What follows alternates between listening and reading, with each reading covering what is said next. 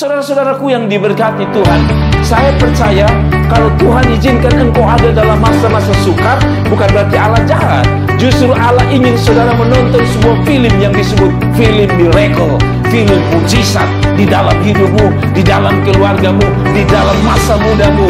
Karena saya percaya Allah tidak pernah izinkan persoalan terjadi tanpa rencananya. Dan salah satu rencananya supaya engkau lihat mujizat dan pertolongan dari tangannya yang perkasa. Baik, shalom, selamat malam ibu bapak sekalian yang diberkati Tuhan. Apa kabarnya? Saya percaya bahwa kabar kita luar biasa. Sekali lagi kalau saya tanya apa kabar, saudara jawab luar biasa. Yes, oke. Ibu bapak sekalian yang diberkati Tuhan, saya memilih teks malam hari ini dalam ibadah atau dalam renungan malam ini. Saya ambil dari Keluaran pasal 13 ayat 17 sampai ayat yang ke-22. Keluaran pasal yang ke-13 ayat yang ke-17 sampai 22. Saya baca dengan cepat untuk kita. Setelah Firaun membiarkan bangsa itu pergi, Allah tidak menuntun mereka ke jalan ke negeri orang Filistin. Walaupun jalan ini, kata Alkitab, yang paling dekat. Sebab firman Allah, jangan-jangan bangsa itu menyesal apabila mereka menghadapi peperangan sehingga mereka kembali ke Mesir. Ayat 18, tetapi Allah menuntun bangsa itu berputar melalui jalan di padang gurun menuju laut Teberau. Dengan siap sedia berperang, berjalanlah orang Israel dari tanah Mesir.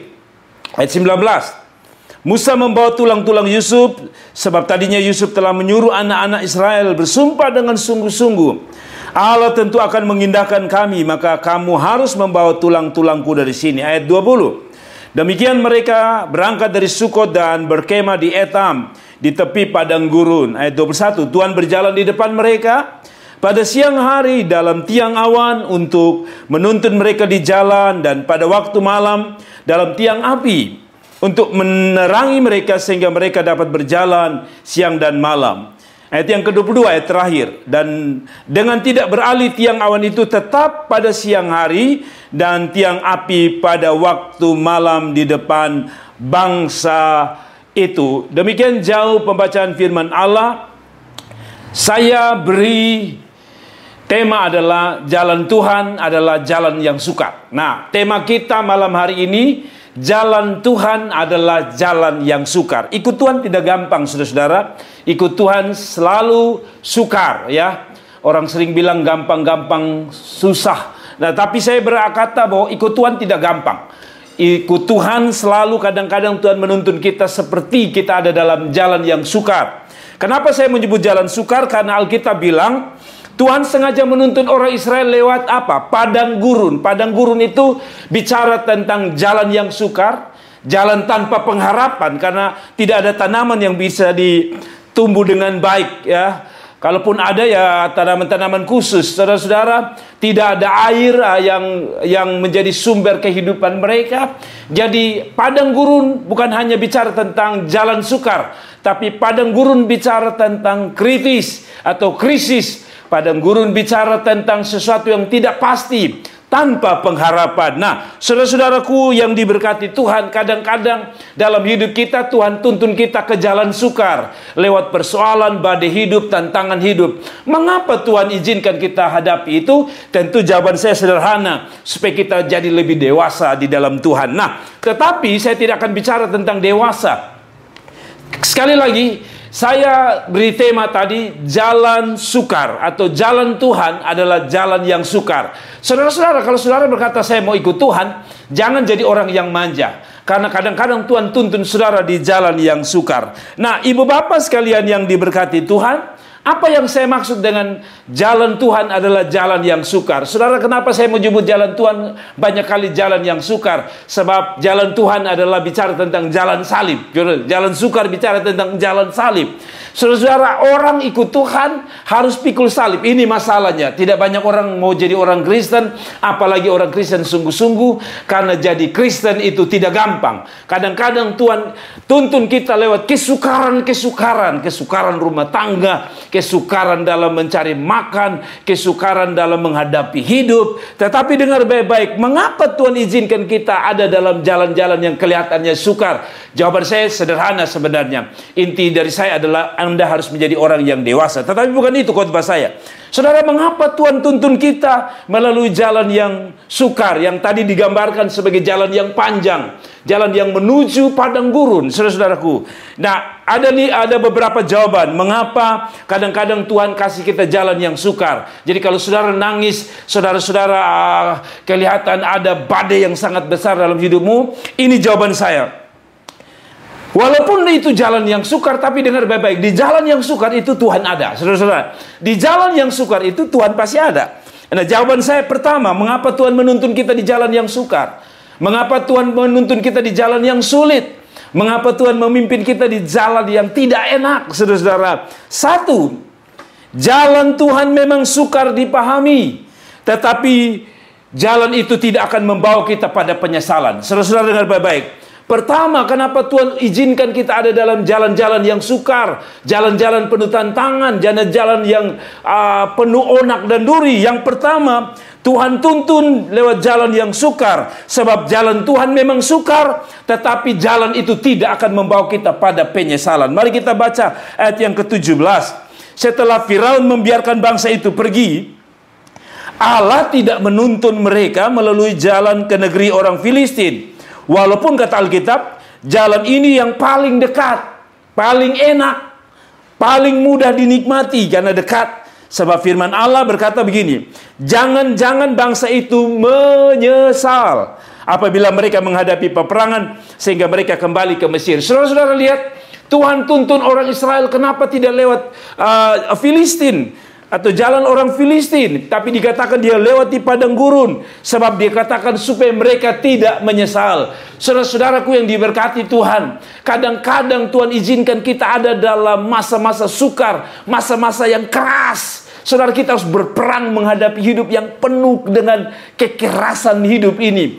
Hidup seperti tidak memberi kita rasa ampun, saudara-saudara. Supaya apa? Supaya kita tidak menyesal, saudara-saudaraku yang diberkati Tuhan. Saudara-saudara, saya mau jujur sama saudara. Anak-anak yang lahir dari keluarga-keluarga yang sulit, maaf, saya tidak bilang bahwa semua anak-anak yang lahir dari orang-orang yang sukses atau orang-orang yang lahir dari orang-orang yang sudah ada fasilitas dalam hidup mereka lebih baik atau lebih kurang baik. Tapi maksud saya begini, saudara-saudara, kadang-kadang Tuhan izinkan hidupmu masa-masa sukar supaya engkau lebih kuat menghadapi tantangan, supaya Anda tidak menyesal, saudara-saudara. Saya ingat tahun 90-an papa saya bangkrut. Kami hidup susah dan saya berpikir, kenapa Tuhan izinkan papa saya bangkrut dan kami hidup susah. Kadang-kadang papa harus menangis, mama harus menangis, menghidupi kami 9 orang, saudara-saudara. Tapi ketika saya sekolah Alkitab dan ketika saya turun dalam pelayanan, saya baru menyadari kenapa Tuhan izinkan saya hidup di antara kesukaran waktu papa saya bangkrut. Bayangkan kalau hidup saya penuh dengan harta, penuh dengan harapan karena papa saya punya harta yang luar biasa. Maka saya percaya waktu saya jadi hamba Tuhan, saya pasti kecewa. Kenapa? Karena saya pernah tidak ada makan, saya pernah tidak ada duit, saya pernah jalan kaki dalam pelayanan. Kalau saya tidak pernah menghadapi masa sulit sebelumnya, saya percaya saya akan menyesal ikut Tuhan. Tapi karena saya punya pengalaman di masa sukar, akhirnya saya berkata, ini kecil, saudara. Nah, demikian dengan Tuhan. Tuhan menuntun kita di jalan sukar supaya kita tidak menyesal ke depan. Kita menjadi orang yang kuat, kita menjadi orang yang kokoh. Yang kedua, ibu bapak sekalian, mengapa Tuhan menuntun kita di jalan yang kelihatannya sukar, penuh badai dan tantangan? Yang kedua, yaitu jalan memang sukar. Jalan Tuhan memang sukar dipahami, tetapi jalan itu adalah jalan untuk menuju mujizat. Sekali lagi, jalan Tuhan memang jalan sukar, tapi Tuhan tidak izinkan jalan sukar itu terjadi dalam hidupmu. Diizinkan Anda melewatinya karena ada mujizat di balik jalan yang sukar. Nah, sekali lagi, ada mujizat di balik jalan sukar itu, jalan Tuhan yang sukar itu. Saudara, ayat 18. Tetapi Allah menuntun bangsa itu berputar melalui jalan padang gurun menuju mana? Laut Teberau. Dengan siap sedia berperang berjalanlah orang Israel dari tanah Mesir. Pertanyaan saya, mengapa Tuhan izinkan lewat padang gurun? Dan lebih tepat, mengapa Tuhan izinkan lewat padang gurun melewati Laut Teberau? Apa maksudnya ayat 18 ini? Saudara-saudara, mari kita banding pasal 14 dari Keluaran ayat 21. Lalu Musa mengulurkan tangannya ke laut itu, maksudnya Laut Teberau, dan semalam-malaman Tuhan menguakkan air laut dengan perantaraan angin timur yang keras, membuat laut itu menjadi tanah kering, maka terbelahlah air itu. Saudara lihat, kenapa Tuhan izinkan mereka lewat padang gurun?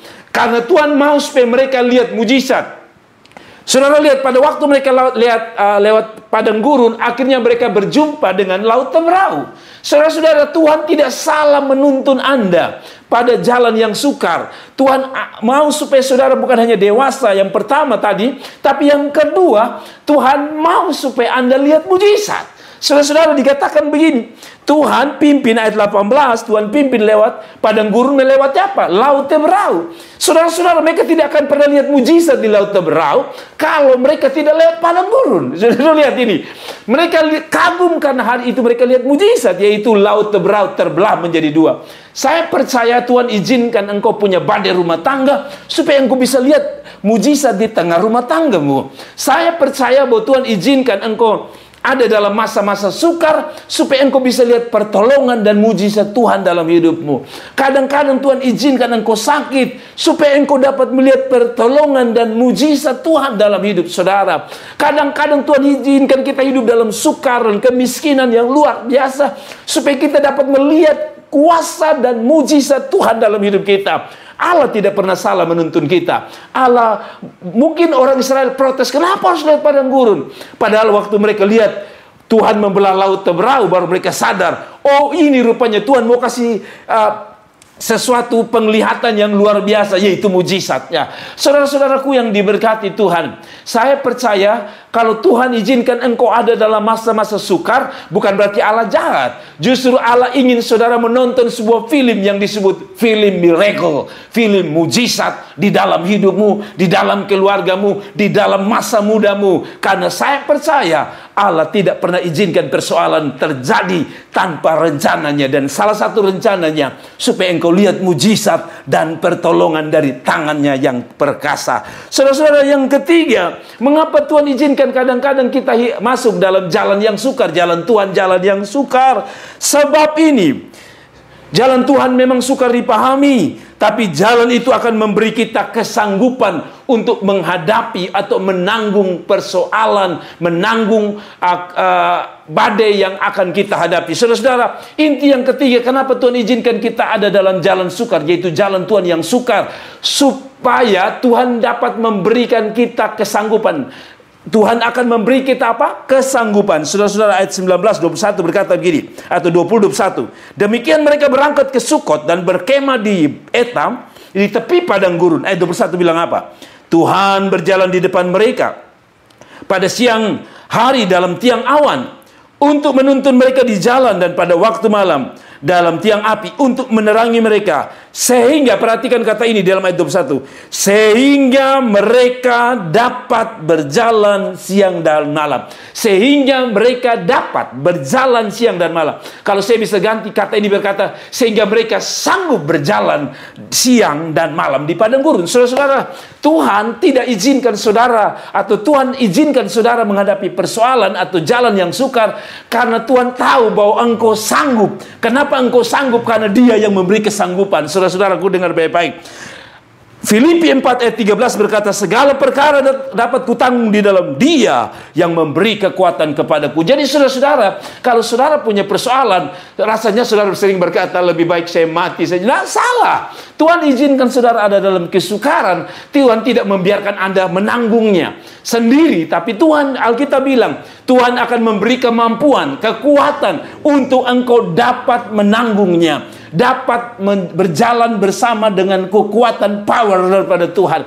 Kekuatan kita adalah Roh Kudus, saudara-saudaraku. Pada waktu engkau tidak kuat, bilang sama Tuhan, jalan ini saya senang karena engkau yang pimpin, yaitu jalan ini penuh dengan kesukaran. Supaya bukan hanya saya jadi dewasa, bukan hanya saya dapat melihat mujizat, tapi saya percaya dalam kesukaran Tuhan memberi saya kesanggupan dan kekuatan. Berhenti berkata saya tidak sanggup Pak Pendeta, berhenti berkata saya tidak sanggup, saya ingin mati rasanya. Berhenti, karena memang kita tidak ada yang sanggup, tapi kekuatan Allah akan turun atas hidupmu saat engkau berkata, Tuhan kasih saya kekuatan. Saudara-saudara, ada sebuah pepatah yang mengatakan Tuhan tidak perlu mengambil beban dari hidup kita, tapi Tuhan dapat memberi aku kekuatan untuk dapat menanggung beban itu. Sekali lagi, Tuhan tidak perlu kadang-kadang mengambil beban ini di atas pundak kita, tetapi Tuhan minimal memberi kita kekuatan untuk menanggungnya. Dalam doa-doa saya untuk orang-orang sakit, kanker, tumor, dan sebagainya, saya bukan hanya berdoa untuk mereka dapat mujizat, tapi saya berdoa untuk mereka dapat menanggungnya. Artinya apa? Supaya dalam keadaan mereka menderita, mereka dapat menanggung itu. Sebab tidak semua orang bisa masuk dalam proses yang menyakitkan seperti itu. Tapi sekali lagi, bila Tuhan izinkan engkau ada dalam badai, ingat, Tuhan pasti memberi Anda kesanggupan untuk menanggungnya. Kalau Tuhan izinkan engkau sedang menghadapi tantangan dari suamimu, dengar, Tuhan pasti kasih engkau kesanggupan untuk bisa mampu menanggungnya. Kalau Tuhan izinkan engkau ada dalam badai yang terlalu berat, ingat, Tuhan pasti kasih Anda kekuatan untuk menanggungnya. Karena itu berharaplah dan bergantunglah kepada Tuhan. Yang keempat, mengapa Tuhan memimpin kita lewat jalan Tuhan, yaitu jalan yang sukar, yaitu jalan padang gurun. Jalan itu memang sulit dipahami, tapi jalan itu tetap ada jalan keluar. Saudara-saudara, memang jalan ikut Tuhan itu jalan sukar. Tapi ingat, bahwa dalam jalan yang sukar itu Tuhan selalu ada untuk memberikan kita jalan keluar. Dalam kesukaran, dengar baik-baik, bukan hanya Tuhan kasih kekuatan, tapi Tuhan ada untuk memberi Anda jalan keluar. Saudara-saudaraku yang diberkati Tuhan, atau saudara akan menemukan jawaban di tengah kesukaran itu. Ayat 22, saudara lihat ini. Dengan tidak beralih tiang awan itu tetap ada pada siang hari, dan tiang api pada waktu malam di depan bangsa itu. Saudara-saudara lihat, pada waktu itu belum ada AC, mobil belum ada. Saya dengar, saya belum pernah ke Israel, tetapi saya dengar bahwa kalau mobil itu macet di tengah jalan, lalu AC tidak nyala, maka panasnya luar biasa di sana. Tetapi maksud saya begini, kalau dulu katanya, dan saya percaya masih sampai sekarang katanya, kalau siang panasnya minta ampun, tapi malam dinginnya kalau padang gurun. Nah, apa artinya? Saudara-saudara, zaman dahulu belum ada AC untuk membuat dingin sekeliling mereka. Malam hari belum ada yang namanya penghangat ruangan, betul ya? Tapi Alkitab sudah berpikir, Tuhan sudah kasih jalan keluar. Orang Israel belum tahu bagaimana cara membuat panas itu menjadi dingin seperti sekarang AC. Tapi Tuhan sudah kasih AC lewat apa? Lewat tiang awan di siang hari. Dan saudara, pada waktu mereka dingin, belum ada mesin penghangat, Tuhan pembuat mesin penghangat pertama kali. Saudara-saudara, yaitu Tuhan kasih apa? Tiang api. Saudara, orang Israel belum pernah pikir untuk bagaimana bisa bikin tiang awan. Belum ada jalan keluar, belum terpikirkan jalan keluar seperti itu. Belum ada teknologi untuk bisa buat AC untuk buat padang gurun menjadi dingin. Tapi Tuhan sudah punya teknologi sendiri. Dia sudah punya jalan keluar. Dia bikin tiang awan siang hari, dan dia kasih jalan keluar untuk malam. Dia kasih jalan keluarnya apa? Tiang api, yaitu penghangat, yang sekarang orang bilang mesin penghangat.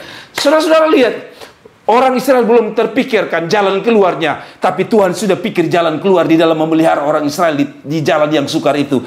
Demikian dengan hidup saudara. Dengar baik-baik, Tuhan bukan hanya izinkan saudara dalam kesukaran dan membiarkan engkau mati binasa dalam kesukaran itu, membuat engkau putus asa dalam kesukaran itu. Tapi dengar, ibu bapak sekalian, Tuhan izinkan karena Tuhan sudah menyiapkan sekaligus jalan keluarnya. Saudara-saudaraku, Tuhan sudah berikan jalan keluar. Tuhan sudah siapkan. Dia pimpin lewat padang gurun, tapi dia sudah siap tiang api di sana. Dia sudah kasih jalan keluar di sana. Saudara-saudaraku yang diberkati, jangan putus asa waktu saudara ada dalam masa sukar, tapi berdoa supaya supaya Tuhan memberi Anda hikmat, supaya Anda bisa keluar dari sebuah persoalan. Tuhan hanya mau supaya Anda mengandalkan Dia, dan akan Anda dapat solusi-solusi terbaik dari Tuhan itu sendiri. Saudara-saudara, saya tidak tahu apa yang sedang engkau hadapi. Saya suka di dalam 1 Korintus 10 ayat 13 berkata apa?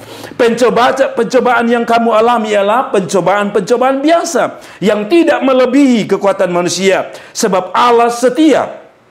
Dan karena itu Ia tidak akan membiarkan kamu dicobai melampaui kekuatan jalan sukar. Pada waktu kamu dicobai, perhatikan ayat ini, Ia akan memberikan kepadamu apa? Jalan keluar, sehingga kamu dapat menanggungnya. Saudara-saudara, lihat, ini indah, ini hebat, luar biasa janji Tuhan. Saudara-saudaraku yang diberkati Tuhan, dengar. Tuhan izinkan kita dalam kesukaran hari-hari ini, virus corona, kekurangan dagang kita yang kurang hasilnya. Saya percaya Tuhan tidak izinkan itu terjadi tanpa Tuhan punya rencana. Tapi sesuai tadi poin-poin khotbah saya, karena Tuhan tidak mau Anda menyesal, karena Tuhan punya rencana yang luar biasa. Yang kedua, karena Tuhan mau buat mujizat di tengah kesukaran. Tapi yang ketiga, tadi saya bilang, Tuhan izinkan persoalan dan kesukaran kita ada hari-hari ini supaya kita belajar untuk bukan hanya mengandalkan Tuhan, tetapi ada kesanggupan, ada kekuatan yang akan Tuhan beri. Tapi yang paling penting, Tuhan izinkan kita ada dalam kesukaran, sebab Tuhan juga sudah menyediakan jalan keluarnya. Saudara-saudaraku yang diberkati Tuhan, saudara-saudara tahu bahwa ada jalan keluar, ada jawaban di setiap kesukaran. Datanglah kepada Tuhan, dan saya percaya sekali lagi, biarlah jalan-jalan sukar tidak membuat kita marah kepada Tuhan. Jalan-jalan sukar tidak membuat kita putus asa. Jalan-jalan sukar tidak membuat kita menyerah. Tapi jalan-jalan sukar membuat kita semakin berharap dan berkata, Tuhan, aku percaya dalam kesukaran Tuhan ada untuk memberi jalan keluar, memberi kesanggupan. Tuhan bersama dengan kita. Selamat malam, Tuhan Yesus memberkati. Shalom. Terima kasih telah menonton video ini, dan jangan lupa klik like dan klik subscribe dan klik lonceng untuk mendapatkan notifikasi dari kami.